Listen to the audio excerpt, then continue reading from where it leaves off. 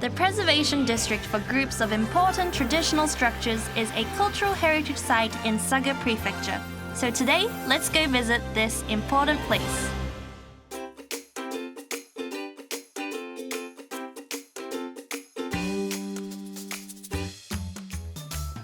Hi everyone, I'm Shani and today I am walking down Sakagura Street in Kashima City.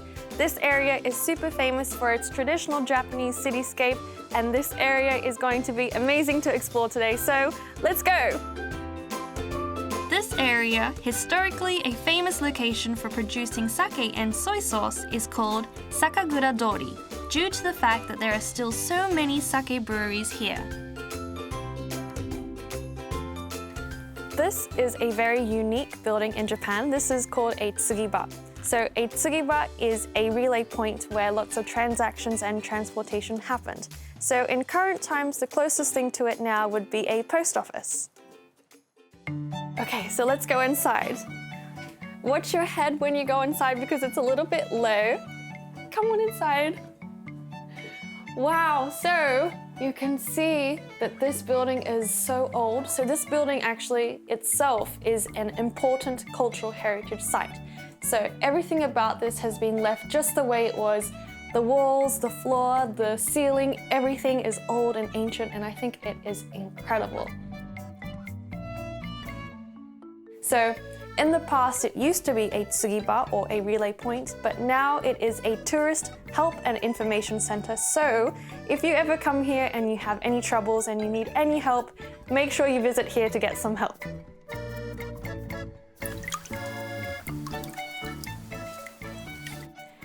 Now we're going to go to a house where old samurai used to live. Let's go.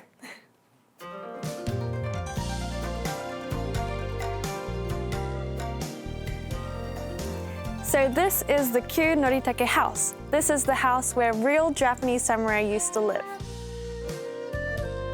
The Kyu Noritake Jutaku, or former Norita family residence, was the residence of a samurai who served the Kashima Nabeshima clan.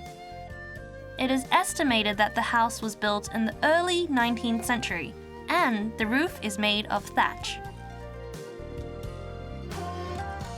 Wow, I can't believe that this is where samurai actually used to live.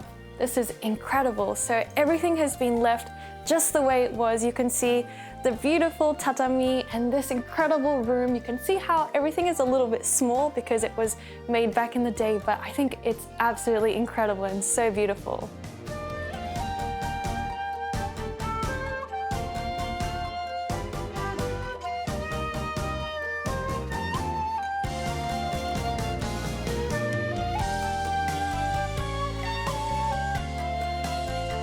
On the first floor, there are tatami rooms and a room with a Buddhist altar.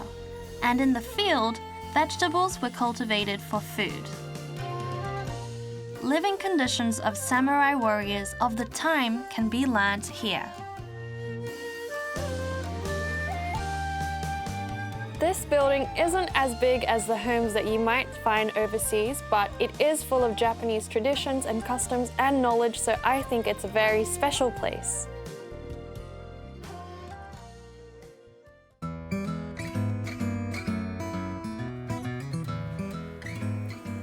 Sakagura Street is filled with so much historical value and it is home to so many beautiful buildings. It has such a traditional Japanese cityscape and I think that's why the atmosphere here is so amazing.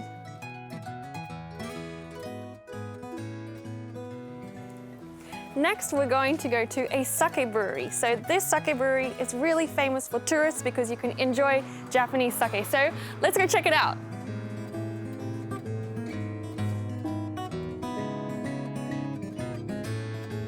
A highly popular sake brewery among tourists visiting Sakagura Dori is the Mitsutake Shuzoujo Minematsugura Sightseeing Sake Brewery Hizen.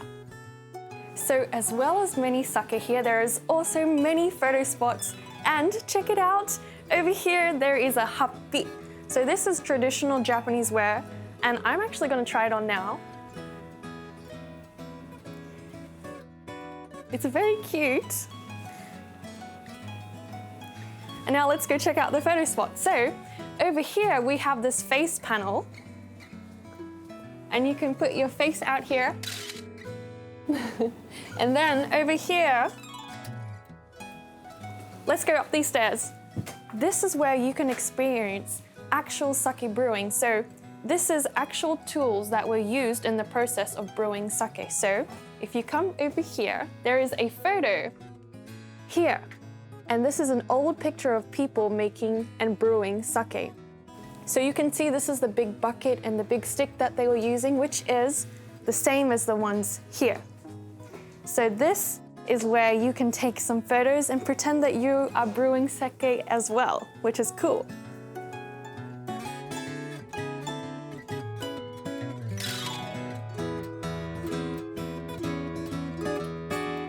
You can even go up this ladder here and into this big container and take a photo with your family and friends.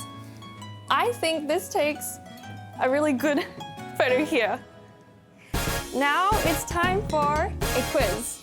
So this large container was used almost every day by Japanese people, but what do you think it was used for? Do you think it was used for A, a bathtub, or B, to cook rice? Which one do you think it is?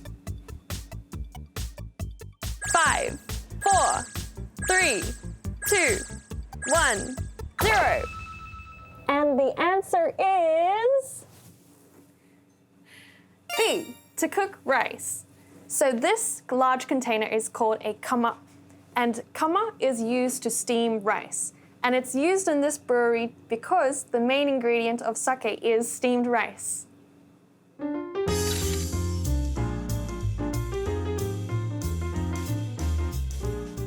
Additionally, a large variety of Japanese sake is sold at this store, with many people buying Japanese sake as a memento of their visit to this location.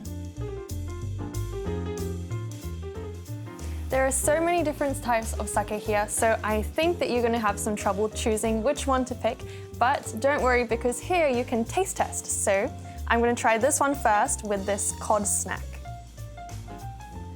Okay, let's try.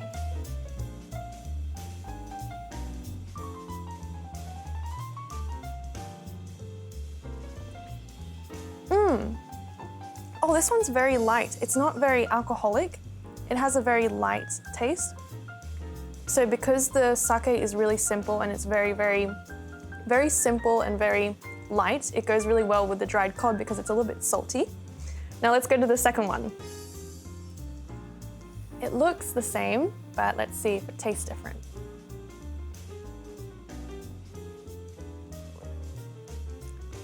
Oh, that one's a little bit stronger.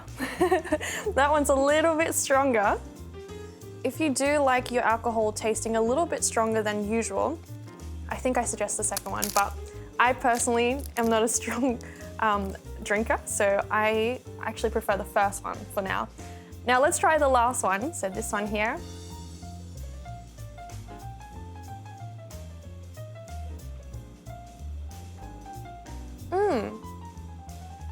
This one is a little bit sweeter than the last two. This one's light, like the first one as well, but it does have a sweetness to it.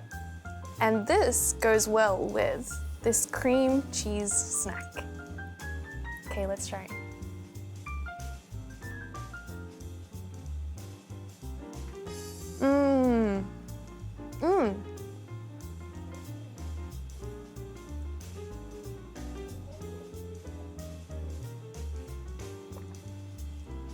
That's so good. That is the perfect match. Okay. I definitely know which one is my favorite. So out of the three, this was the lightest, this one was the strongest, and this one was my favorite. It had a really nice sweetness to it, and it was really easy to drink, and it went really, really well with the cream cheese. So if you enjoy Japanese sake or alcohol in general, I really suggest you come here and try this taste test out. It was really fun, and you get to try out all these different sakes, so definitely come check it out.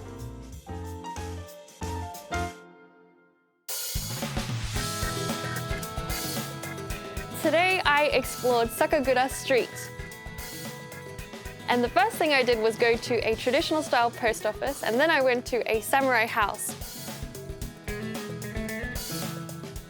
My favorite part of the day was going to a sake brewery and trying some different sake. And although I'm not a big sake drinker, I really enjoyed my time here and I got some cool photos. So if you would like to try sake or visit this area for some traditional Japanese experiences, I really recommend you come to this area.